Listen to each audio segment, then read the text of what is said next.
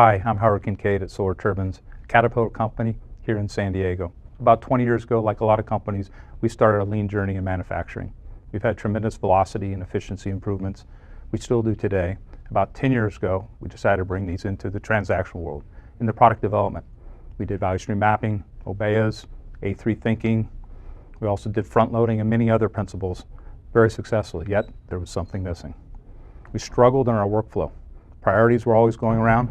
Our customers were never satisfied. The workflow was overwhelming to the people. What do? We ran an experiment recently in gas compressor engineering. Here we have our Kanban system. It's a pull and flow system. There's more than 60 departments represented.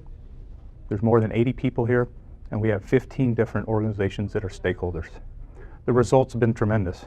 We no longer have priority meetings. Everything's aligned. Workflow on the desks are not overwhelming. We've had more than 60% improvement in product velocity, but maybe more importantly, there's a sense of calm and focus in the organization. I'm running a session called Workflow Management, Pull Through the Engineering Value Stream. We're going to compare and contrast the push and chase world to the pull and flow world. We'll talk about the attributes that make pull and flow work.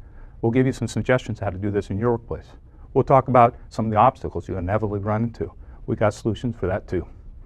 So if you're interested in this, I'm sure you are, please join me in March in Houston at the Lean Summit.